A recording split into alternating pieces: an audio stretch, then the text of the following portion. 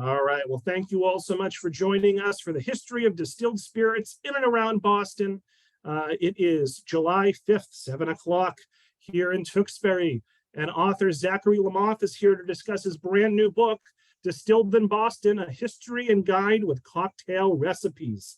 Boston has a long history with distilled spirits from colonial times through Prohibition. More recently, there has been a resurgence in the craft distilling industry from Cape Ann to Cape Cod. Regional standouts such as Boston Harbor Distillery, Bully Boy Distillers, and the Short Path Distillery have opened up a brand new era with more than a dozen new businesses now on the scene. The ingredients, production processes, and marketing techniques are as varied as the beverages themselves. So we're joined by author Zach Lamothe as he reveals the backstory of the popular craft spirit movement in the greater Boston area. And a little bit about Zach, he's the author of several books, including Connecticut Lore, More Connecticut Lore, and The History Lover's Guide to the South Shore, as well as a book that he's previously spoke to us about called Classic Restaurants of Boston. Zach graduated from Boston University with a degree in American Studies, and he holds a master's from Southern Connecticut State University in education. Perhaps you know him well. He runs a website called Backyard Road Trips, and he also co-hosts the Backyard Road Trips podcast. He lives in Plymouth with his wife, his 3 sons, his dog, and his cat. So I again want to thank the Corning Foundation and the Friends of Libraries for sponsoring, and all 50 of us who are watching live and the other 100 or so that will watch on demand. Let's give a big virtual round of applause to Zach for joining us here tonight. And Zach, you can take it away. Thanks so much. All right. Well, thanks, Robert, and the Tewksbury Library for having me back. So I'm thrilled to be here. So fun fact that this book, Distilled in Boston, which I will be sharing information about with you today, was just released on Monday. So this is the official virtual book release of Distilled in Boston. So thanks for joining me for it. So what I'm going to do is tell you a little bit about my what got me to be writing about spirits in the first place and writing this book, Distilled in Boston. So I'll give you a little bit of the background story about that. And then we'll get right into the book itself. So with it, we're going to spend some time talking about the history of spirits in the Boston area and focusing really on the colonial era. And then we're going to go into how to use this book as a guidebook of sorts while you're either visiting a certain region or to make it a destination in itself if you want to take a distillery tour of certain regions of Boston. So that's what we're going to do. Follow that up by definitely asking any questions, and I'll hope to provide some good answers for you or any comments that you might have as well. And so what I like to call this book is it's a bit of like going back to school. So how this book is separated. So first of all, you're going to be learning a lot of different subjects as you go through this book. And the first one is history. So you have your history covered with just the history of spirits in the Boston area. You also have your science in this book. So this does go into the science of distilling, certainly in a Reader's Digest type of fashion. I'm not going to be going through every single spirit and how each one differs in distillation, but it is a general speaking how spirits are created. So there's your science component of the book. And there's also a geography/English section. And that's really going to be when each distillery in the Boston area is profiled. It's talked about where it's located and what's the story behind it. And that was really one of the things that I really enjoyed doing is finding out why the names of these places are such. Sometimes they're obvious just based on their geographic location, and some have quite the story to tell about it. And we'll get into that in a little bit. And finally, there's math. So you're going to learn some math when you're reading this book because as the cover says, a history and guide with cocktail recipes. Well, yes, you can make many of these cocktails hopefully using the spirits that are featured in this book, but you can make them on your own. So it actually has a recipe section of it and quite a healthy recipe section of it. I'm not saying the drinks are healthy. I'm just saying there's quite a few recipes there for you to follow. So that's basically a little bit in a nutshell what you're going to be seeing with this book. But before we get there, I do want to share with you a little bit about me. So if anyone was here for the Classic Restaurants talk, I believe it was last year, welcome back. So if not, so this is maybe you don't know much about me, and tell you a little bit about it. So welcome to the wonderful world of craft distilleries in the Boston area. So from the North Shore to the South Shore, from the Cape to Nantucket, and of course, Beantown itself, let Distilled in Boston guide you through the region's excellent selection of craft distilleries, each with its own backstory and each with a distinct repertoire of fantastic spirits to sample along the way. Dive into the region's distilling history. Did you know that once upon a time, Boston and the coastal towns to the north of it were a hotbed for rum manufacturing? Before we get too far along in the book, I wanted to share with you my own journey in writing this book, not because I'm an egoist, but because I come from a much different background than many in this subject. I call my journey From Booze to Booze, or Spirits to Spirits, as my first two books, as you can see there in the picture, were on folklore. So as Robert said, I was an American Studies major at Boston University, and my thesis as a senior, I had an independent study, and it was creating a thesis work about folklore of New England. And that was something that I always had a real passion about. From there, a few years later, I decided to see if I could take that and turn it into a less academic and a more fun collection, which became Connecticut Lore. And with Connecticut Lore, it was, again, the root was that thesis there, which I realized, most of or a lot of the stories here in this thesis are rooted in Connecticut. So Connecticut won. And I am from Connecticut as well. So anyways, so that was where it goes from booze, get it like ghosts, to booze with a Z, or spirits to spirits. You got to love a good pun. So again, going to college in the great city of Boston at BU as an American Studies major. After graduating, I said to myself, I had a truly amazing college experience, but what does one do with an American Studies degree?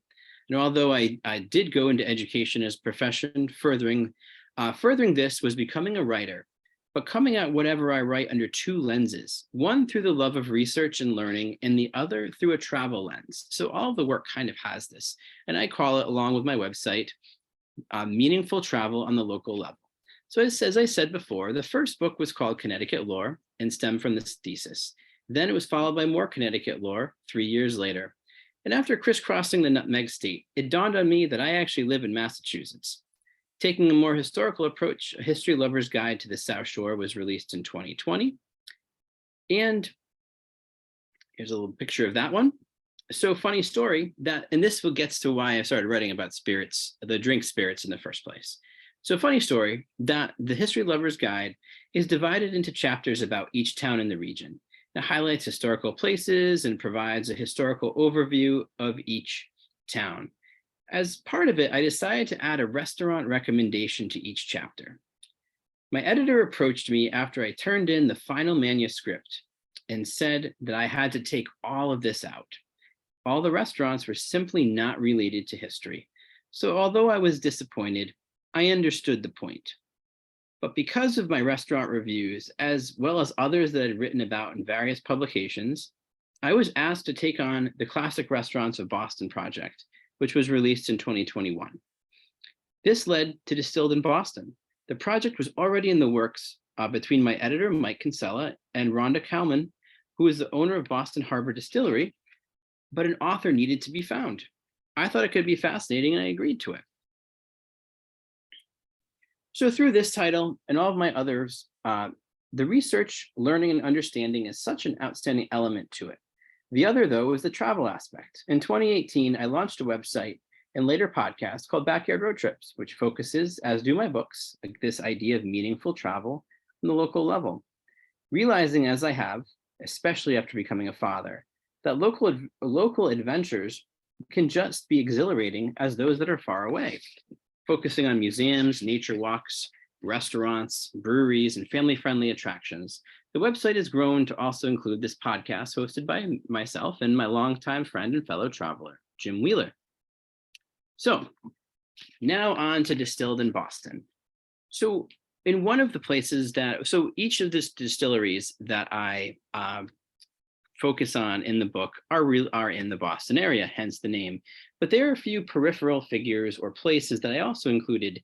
It could be mixologists, such as a cocktail guru from who lives in Dartmouth, Mass. It could be someone like Irene Tan. You can see the picture of her with myself in the bottom left of my screen. I'm not sure if it's also here bottom left. Who is a whiskey sommelier and who actually lives in Connecticut, but uses a lot of spirits from this region. And another one that I came across and spoke to for this was the Adirondack Barrel Cooperage. And although they're located in upstate New York, speaking to Kelly Blazowski, who runs this cooperage with her husband, Joe. So she also works for the County Tourism Commission. So bringing a tourism element into this book, I found also very important. So the out-of-towner or the local can utilize it as a guidebook to Eastern Massachusetts growing craft distillery scene. Of course, since the writing of it, one distillery has closed and others have opened in its place. But this title features stalwarts of the industry, including Bully Boy, Boston Harbor Distillery, and Short Path. In the pictures here, you can see, so you have a still there, so a massive still at that, located in Glen Farmer in Franklin, Massachusetts.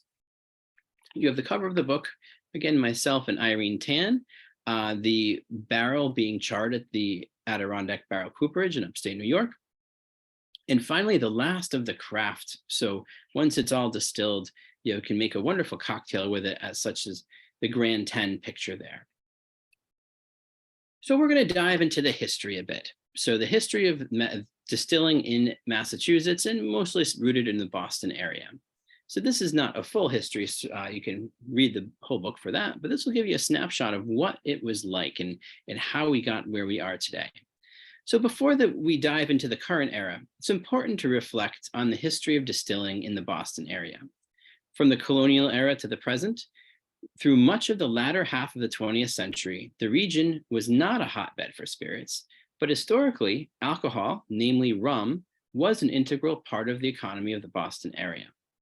Although the current trend of distilleries in the Boston area is relatively new, starting with Nantucket's 888 distillery in 2000, the presence of distilleries and distilled spirits in general has become part of the fabric of the region. Boston and its coastal environs played a major role in the notorious triangular trade, in which the importation and exportation of molasses and rum was supplemented by the slave trade. Many Boston area distilleries manufacture vodka and even whiskey, but historically rum is the liquor most associated with the Bay State.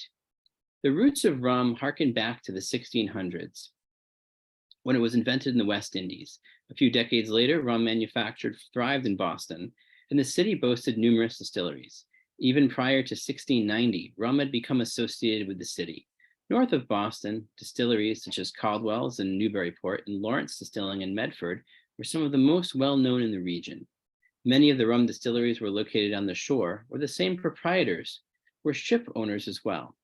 Most of these industries were important in colonial America.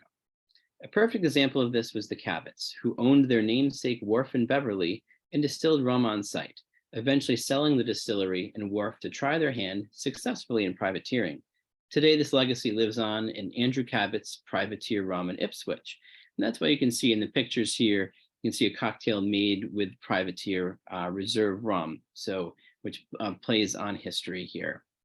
So Massachusetts Bay Colony was founded by Puritans, who are often thought of as having an all work, no play mentality. In actuality, alcoholic drink is one vice that the Puritans allowed themselves. Rum played a major role in the American colonies and was known especially in the area north of Boston. It was first made in Barbados in the 1640s. Originally, the spirit went by the name Kill Devil for the burning taste. Another early term was rumbullion, which translates to big quarrel, and thus was shortened to rum. And by 1660, the term rum appeared. Unlike other spirits, which can be made from a variety of ingredients, such as whiskey, which can be made from a variety of grains, rum is based only on sugarcane. Some are made from sugarcane juice and some from molasses, but the original ingredients are still sugarcane. Molasses made from the sugarcane juice of the West Indies, was imported into the New England colonies. Here it was turned into rum, which was traded to Europe and West Africa. In West Africa, an unfortunate return was enslaved persons shipped to the West Indies, supplementing the triangular trade. In the mid-18th century, 25 rum distilleries dotted the landscape in such towns as Watertown, Haverhill, and Charlestown. And by 1783, there were 60 rum distilleries in Massachusetts alone. More proof that rum was king was in the fact that in 1791, more than 7 million gallons of molasses were imported into the state of Massachusetts alone. During the colonial era in New England, there were some 159 distilleries, with rum being the primary product. Rum was used as a celebratory drink for such events as commemorating a new construction and social gatherings. An example of the trade in action would be a ship leaving Boston, loaded with barrels of rum. Of course, the crew would imbibe along the route. On reaching Africa, the remaining rum was traded. The ship was then filled with Africans and gold. The ship then traveled to the islands of the West Indies, where the enslaved persons were unloaded to work at the sugarcane plantations. Sent from the West Indies to Boston would be copious hogsheads of molasses. A hogshead is a unit of measure, a cask with about twice the volume as a regular-sized barrel. In Boston, the molasses was used to make rum. Even in the late 19th century, when rum manufacture was on the decline, New England was still the place for rum, accounting for 7 of the 8 rum distilleries nationwide. And Massachusetts was still the focal point, with 6 of the 7 located in the Bay State. So although distilleries operated at a steady pace throughout the colonial period, the first stills were not commercial enterprises. These were placed in homes, with the drink used as medicine and as an offering to thirsty guests. Rum was even served at the inauguration of George Washington. In the towns north of Boston, rum distilling was a popular enterprise. Just north of Boston, the city of Medford was synonymous with its rums, and others, such as Newburyport, Salem, and Beverly. Rum lost its footing in New England for multiple reasons. One, which is association with slavery. The concept of slavery was terrible to devout Christians in New England. There was also the excise tax placed on the importation of molasses. To combat this, Congress incentivized using products grown in America instead of importing them from foreign lands. The era of rum as king would end by the early years of the 1800s for 3 primary reasons. The first was the Embargo Act of 1807, which outlawed the importation of cheap British molasses. Second, the legal importation of enslaved persons ceased a year later as the frontier expanded and Americans pushed west. Finally, ingredients needed for whiskey making were found readily and cheaply. Thus, whiskey overthrew rum as America's favorite spirit. But not only did New England's seaside location benefit the distilleries with exportation during the years of the triangular trade, but 2 centuries later, the ocean also became a source of illegal libation importation. The term rum runner is used as a name for different New England establishments, including a rum runner boat in Newport, Rhode Island, and the now defunct Rum Runners, a bar on Cape Cod. Rum running was popularized as a byproduct of the legalization of alcohol during Prohibition. The term comes from a supply of contraband rum or other liquor, such as champagne, gin, or even poor quality whiskey, also known as rot gut whiskey, which was stored on such aquatic vessels as schooners or steamboats, anchored in international waters in an area known as Rum Row. Rum Row was situated outside the nation's boundary between Cape Ann and Cape Cod. These ships carried the liquid gold from such faraway lands as Nova Scotia and even England.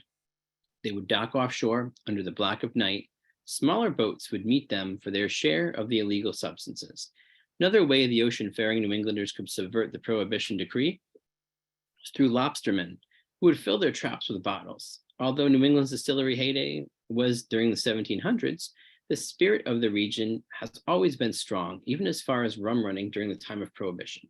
With an emphasis on craft, a batch of distilleries today call the Boston area home and specialize in making excellent small batch spirits. So let's begin the tour.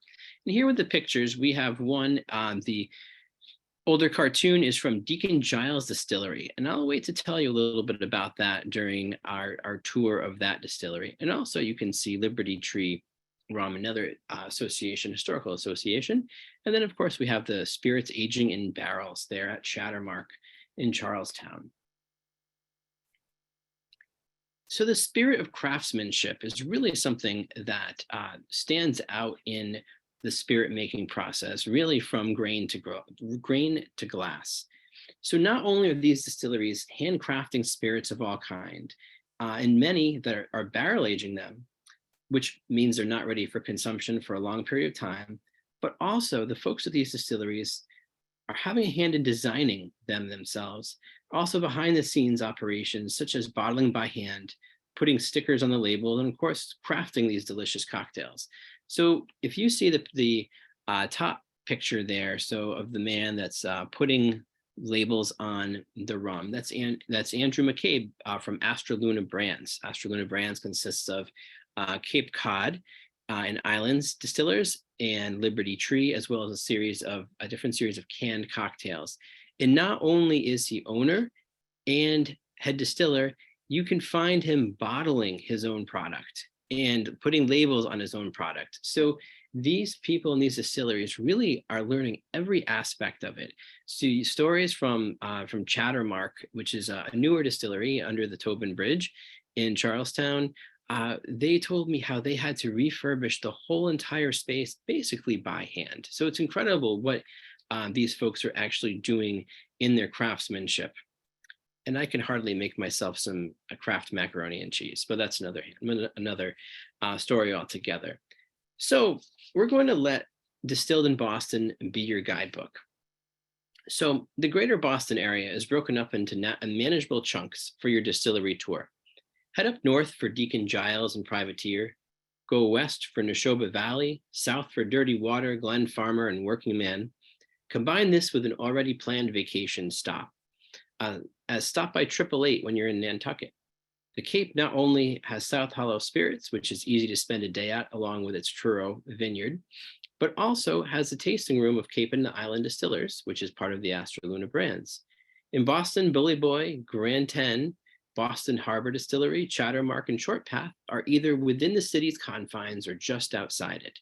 These distilleries can be visited for a destination in their own right or as an aside to an area. And make sure to check out each description to see which the distillery offers the public. Some, such as Bully Boy or Glen Farmer, are full service with a bar or even food in some cases. Others, like Privateer, are open for special events or curbside bottle pickup. And here you can see the South Boston Pride here of Grand 10 and the front of the Boston Harbor Distillery, which is went through many different unique places, including building minesweepers. And the latest incarnation was as actually an ice cream manufacturer and storage before it became a distillery. So stories from the stills. So some interesting facts of these distilleries in this region. So one of my favorites, my favorite story of all of them has to be, as you can see, the devilish picture there, and you saw another picture in an earlier slide talking about history. And this is the story of the Deacon Giles Distillery in Salem. So actually not too far away from where you're located, still north of Boston. So I want to tell you a little bit about that one, and then go into some of the names and interesting facts of many of the other ones that are located in the region. So clearly, alcohol was ingrained in the colonial and post-Revolutionary War society of Massachusetts. In the early to mid 19th century, reform movements swept the young nation, calling for progressive ideals such as an end to slavery and the advocacy of women's rights. Alcoholism reached its high point in early 1800s America. In response was a temperance movement to combat liquor, considered by the movement to be a societal destroyer. Religious zealot and teetotaler, Reverend George Barrel Cheever, kind of ironic, the middle name is Barrel, right? Subscribed to the school of thought that alcohol was the devil's medicine and a corrupter of man. Cheever of Salem wrote a short story detailing the ills of the distillery. The Dream, or the True History of Deacon Giles Distillery. At the time, Salem had 4 distilleries. Cheever wrote his story as an expose of the detriment that alcohol production causes a community. In the story, the distillers are depicted as pure evil by their own merit. Cheever likens the family-owned distillery to the fiery pits of hell, where not only does the distillery create illicit liquids, but it also distills on the Sabbath. As the story progresses, a group of efficient, unpaid workers come in at night to help at the distillery, Giles locks them inside. Unbeknownst to Deacon Giles, the workers, who are actually demons, and you can see by the picture there, secretly inscribe on the barrels sayings such as a potion from the lake of fire and brimstone, in insanity and murder. When the hogshead barrels of alcohol are brought to the taverns, customers frightened by the ghastly sayings bring the barrels back to the distillery. With so much unsold product, Giles' business was eventually ruined, culling from history. So the current Deacon Giles Distillery in Salem is named after Cheever's story, which is pretty cool. And that picture there, as you can see, there is a light fixture on it. That's actually on the walls of their distillery. So it's so cool how they took this historical relic of a tale from Salem, historic Salem in the 1800s, and then named their own distillery from it, and all of their products and their marketing is really based on this kind of this kind of vibe. And of course, you're in Salem itself, which has a bit of its own story to tell. So the distillery story was first published in 1835, and Cheever wrote a companion piece called Deacon Jones Brewery with the same message, with demons brewing this time instead of distilling. So in rebuttal, John Stone, who was a Salem distiller and also a deacon, took Cheever to court over this glaring likeness to himself, as the details about Giles and Stone bore an uncanny resemblance to each other. Cheever was put in jail for only a couple days afterwards, and then wrote the brewery story. So a few more names I want to talk about. So one that I mentioned was Short Path. Short Path is located in Everett, and the name Short Path, which is neat. They distill all kinds of different spirits, from your more traditional, such as rum and vodka, gin, whiskey, but they also do triple sec and amaro and all these different ones. And their name Short Path is talking about the shortest path from the ingredients that they have to the distillery itself. And if you look on their labels, each of their different spirits has a different bird on it, representing the spirit itself in like a pencil and ink drawing. So which is pretty neat looking. They use all local products from New England. I believe the furthest is like New York State or something. So it's very, very close by for their products, taking the shortest path. Another one, Dirty Water Distillery in Plymouth. So you'd think that, Dirty Water might be in reference to the Boston area, of course, the song Dirty Water. So you've got that. But you also, for them, the irony is the original location of the Dirty Water Distillery was outside the town brook where the Pilgrims, which was the reason the Pilgrims stayed in Plymouth, due to the cleanliness of the water. Kind of ironic. But the name Dirty Water is a code for when they started distilling at that time illegally. They were distilling water, they said. So a batch of dirty water was ready. So that was their code. Also Bully Boy, so one of the more popular distilleries in this region. So the owner's grandfather was actually friends with Teddy Roosevelt, and he popularized the phrase bully, which is the bully pulpit and bully for you. And it was also the name of a family draft horse, which is depicted on their label. Another Glen Farmer, you can see that in the bottom right. It's really an idyllic location. This is in Franklin, Massachusetts. It's an old mill. Really surprised me at that one. Since I was there, it's actually won a bunch of accolades, been featured in Yankee Magazine and such places like that. You would never know on the main street. It sits across from a 99 and like next to a gas station. You totally could not tell. But the name Glen Farmer is there for many reasons. One of it is it's located in a glen, hence the name Glen, and farmer because they're the husband and wife team that owns it are pharmacists by trade. So the PH in farmer, and also farmer, these distilleries get something called a farmer's distillery license. And that's how for the state they're located. So you have they're classified as. So you have that name farmer in there.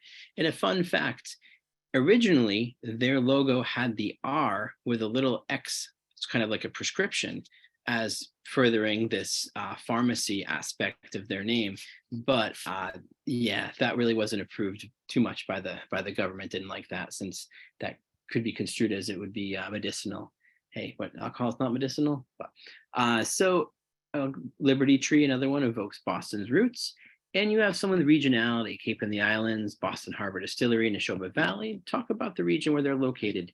Chattermark has a relation to owner John, who is a veteran, his time in the service.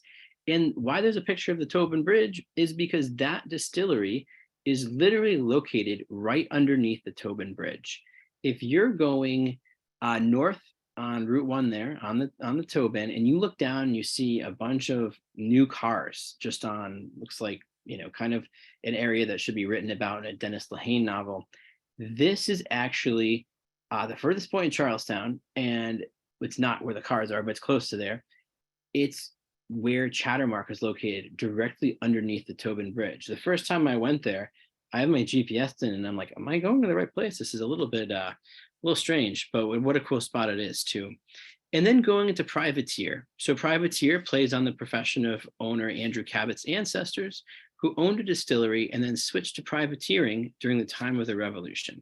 So you can see many of these names have something that has a really cool backstory to it. So, and that was, as the writer of this, it was just fascinating for me to dive in and just to understand where all this comes together. And in the historian in me really, really enjoyed that part of it so much.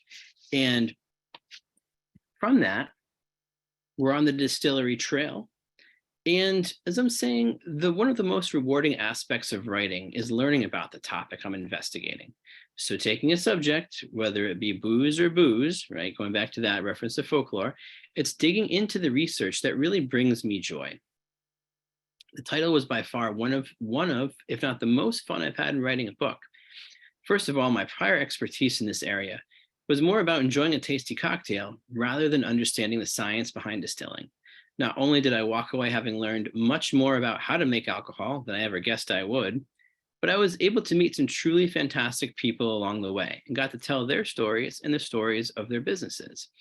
There was not one distillery that I visited that did not welcome me with open arms. When drinking spirits from the Boston area, know that these libations are crafted with love and care by truly excellent individuals. So I hope reading this, you'll enjoy a trip through the distilleries of Boston. You'll be able to take in a little history and science along the way and learn how to make a damn good cocktail using local spirits. Again, what I call this book is like a trip back to school. So you have your history, you have your science with learning how to distill and talking about that. And then you've got your geography in English with the locations and then the stories behind them. And finally, you've got your math. And this takes the math part of things. So here's a couple of the cocktails that are featured in this book. So the first one is by Chattermark, and it is a wonderful, so it's quite a wonderful drink there they call the Charlestown Buck, made with their bourbon. Fun fact that Chattermark believes it's the first grain to glass bourbon bourbon that is distilled within the city limits of Boston. So fun fact about that one. So then you have the Raising Arizona. This is by Deacon Giles. And this one is using their vodka, but mixing it with green tea and some honey. It's quite an elaborate cocktail. And the last one is Glen Farmer, and it's called the Bog, and using their Bog, which is a cranberry vodka. And let me tell you, some of these, like taking that cranberry vodka just even by itself is quite tasty. So if you are interested in this book, so again, what it looks like right here, what it looks like on the screen. So you can find this book at your local, hopefully your local bookstores and libraries, but you can also find it places such as your bigger ones, Amazon, Barnes & Noble, etc., as well as the History Press, which is my publisher, so Arcadia History Press. And going back again, if you would like to hear more, so me going on about different things, make sure you take a look at backyardroadtrips.com and take a listen to the Backyard Road Trips podcast, where Jim and I talk about everything from travel to sampling a couple of libations ourselves, and even fun stories about being a parent. At this time, first of all, I want to again thank you all for joining me here on this maiden voyage of Distilled in Boston. Really appreciate you tuning in today. I do see, I think there are some questions here, so we can switch over to those. I'll leave up some information in case you're interested in that as well. So let's give Zach a big virtual round of applause for a wonderful presentation. And let's take 10 to 15 minutes of audience questions if you have them. So circling back to the beginning, some other favorite cocktails that folks had, Dirty Martini, Manhattan, the Moscow Mule, Ghost Pepper Paloma, Cape Cod vodka and cranberry juice with a twist of lime. So I hope you all are enjoying drinks while Zachary spoke, okay? I have a water, ironically. Oh, there you go. Patricia says that she's already pre-ordered your book. She hopes to have it by tomorrow, and she's planning to share it with her family and friends in Arizona. Great. Great. And Patricia, by the way, a former Tewksbury resident. Let's see. Bob says, what is the difference between rum and reserved rum? So my guess would be if the term reserve typically means a rare, it could be barrel aged is kind of what I'm getting off of that. So a lot of rum, so the rum that we think about that if you're having Bacardi or you're having something from the Caribbean kind of mass marketed, you think of this like cloyingly sweet spirit, which like even the thought of like, I'm thinking if I'm taking a sip right now, kind of my mouth like, oh, like I'm drinking like a grown-up version of a pixie stick without the sourness to it, just like so sugary. The rum, the New England rum and Boston rum in general is very different, and it has more of a whiskey quality to it. And it's often because much of the rum is barrel aged, and actually the rum color is from the barrels themselves. So if you have a white rum, that's not barrel aged. So clear liquors like your gins, your vodkas, and your white rums are not going to be barrel aged, but both whiskey and rum that's been barrel aged take on that quality of the barrel, giving it that hue. So the reserve would probably just be in reference to the barrel age, maybe small batch, maybe how long it's been aged would be my guess in that kind of regard. Eva Jane says that she's heading out to her nearest bar to get a cocktail after this Zoom. Angelina says it was an awesome presentation, and she gives you a round of applause. She's enjoying herbal tea while overlooking the water. Darlene says she arrived late to the party, but Darlene, I'm going to send you the recording on Friday morning, so keep an eye out for that, as well as a feedback survey. An anonymous attendee asks, did the distilling process benefit from the influx of Boston, Cambridge area college students and academics? So, I mean, I'm sure with any of the craft movement, whether it's food, whether it's spirits or alcohol, or even the idea of clothing or any kind of products, they're just not mass marketed. I think that, with Boston's population, I'm sure that there is something that goes in hand with first an age group that, well, with college age, maybe it would be like a little bit older than college age might be, because I feel like college age, they'd probably be still into the Bacardi. But Boston as a place with a little bit more sophisticated taste, I do think kind of lends itself to the advent of craft distilleries. And again, the idea of craft and artisanal in general, with just the population that just wants more than Wonder Bread and Bacardi rum. Sure. Judy says that this was a great presentation and she thanks you. Christine asks, do these distilleries in Massachusetts that you've highlighted break even, or do they actually make a decent profit each year? Do you know the finances behind some of these distilleries? I don't know the finances exactly, but I mean, I would say they're all dependent on many different things. So each distillery has its own approach. And that's what's kind of highlighted in the book too, where you have some, like if you see the name Bully Boy, they've been around for, it's about, I want to say it's like 12, 14 years, something like that. but in these circles, that's a long time, and they really had to pound the pavement to get where they are. But they're doing, overall doing well. You can find them in many states. You have others that are newer. So you have, whether it's Chattermark, whether it's there's even some that have opened up since then. There's Distillery, I believe it's Distillery 43 out in Middleborough area, so Bridgewater, Middleborough. So I'm sure, like any business, these are starting out. There's going to be these hiccups where others that are very well established. I mean, the Boston Harbor Distillery is owned. So who I worked hand in hand with Rhonda Kallman, she began Samuel Adams with Jim Cook. So she's been in the game a long time. So with her, she's an established commodity, but she's also, which was very interesting, talking with her, and if you do read the book, there's a bit of this information, what it's like to be a woman in a real male dominated field, and especially when you're dealing with whiskey is what they specialize in, and especially because a lot of the whiskey entrepreneurs, the big ones, are located in the South, and kind of the her, even though, again, there's no one in this region more established than she is in the alcohol industry, and that she still had to face definite adversity when it came to the whiskey industry and working in it. So it's, but again, there's different levels. And again, some of these, if you look at Glen Farmer, they host weddings there.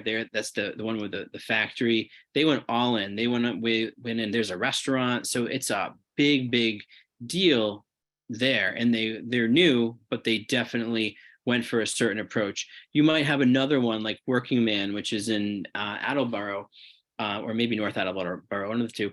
And that's a smaller operation. They have a bar and they distill in the back, but it's much smaller than, down the road at Glen Farmer. So they all, again, serve their own different need and niche.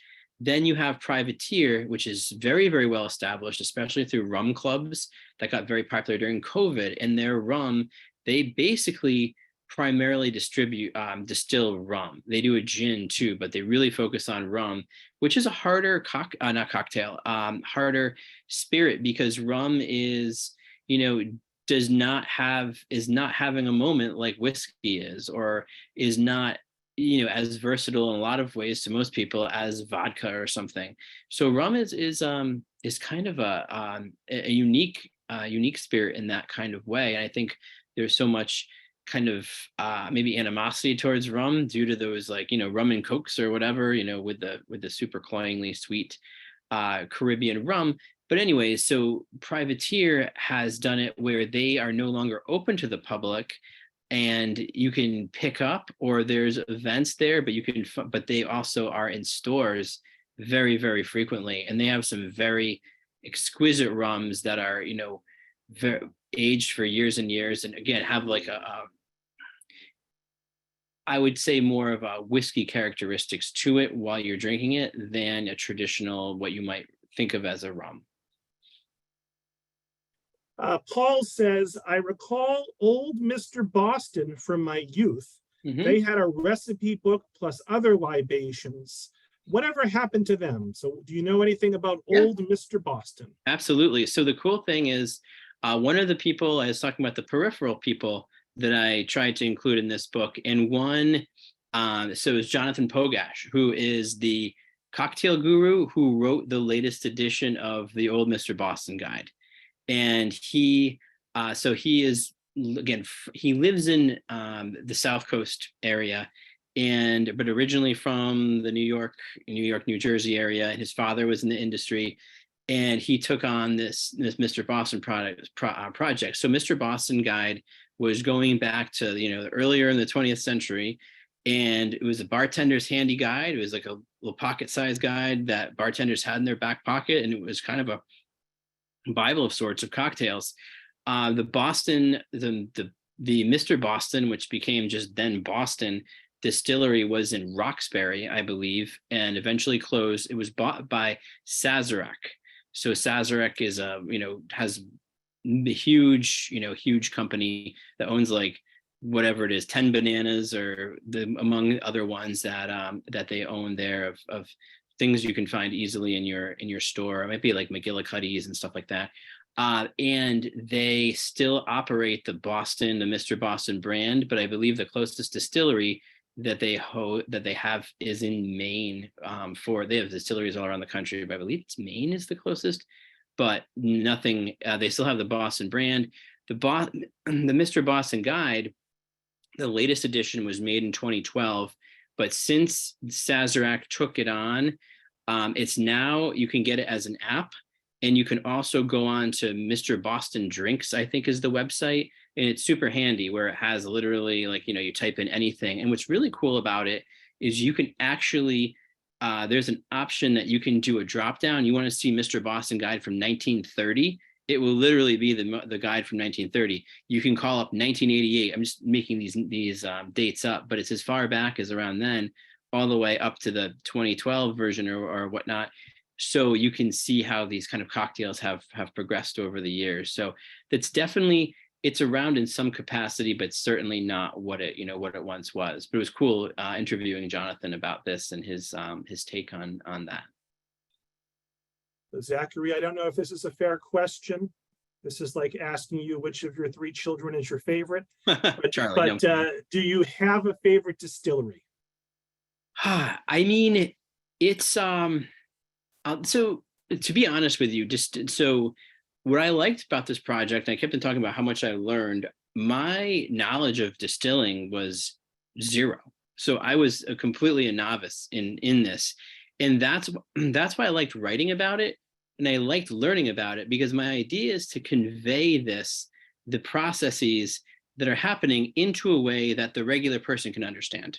So if I, like, again, as I said earlier, well, a barrel-aged rum might drink more like a whiskey than a rum that we're used to. An actual rum, like, hardcore rum distiller would probably hate that comment because there's no way that this would be the same as, but to, I think, a layman or a layperson, it would be, I find the qualities kind of more similar. That being said, about my favorite distilleries themselves, I mean, Boston Harbor is where I started this whole journey with, and they've been awesome. Rhonda's been great. So John Stark was the head distiller there, has been amazing. So that's definitely a place to check out.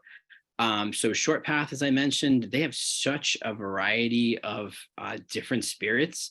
So those were 2 of my my favorites, as in really for different reasons. But they've all, I mean, this is going to be pretty, a political way to say it, but politically correct way to say it. They're all, have real aspects of them that stand out, which is, again, and they're all doing something different. There's no carbon copies of one another. And what one person likes, another person might not, and vice versa. But as far as product and overall maybe breadth of their what they have, definitely check out Short Path. And for a really like cool experience, I'd go take one of the whiskey tours of Boston Harbor Distillery. All right.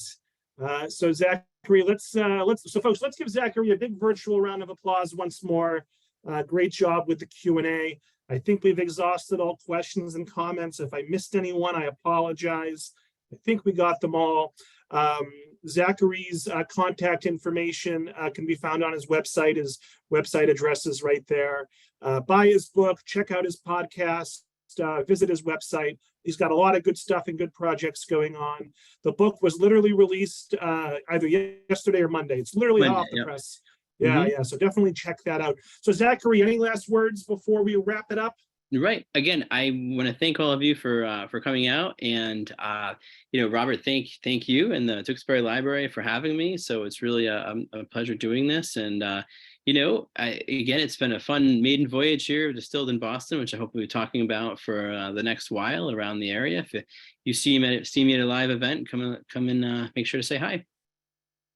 All right. Well, thank you so much, Zachary. And I hope everyone enjoys the rest of their night. Everyone get a drink, okay? Have a good one. Bye-bye. Thank you. Bye-bye.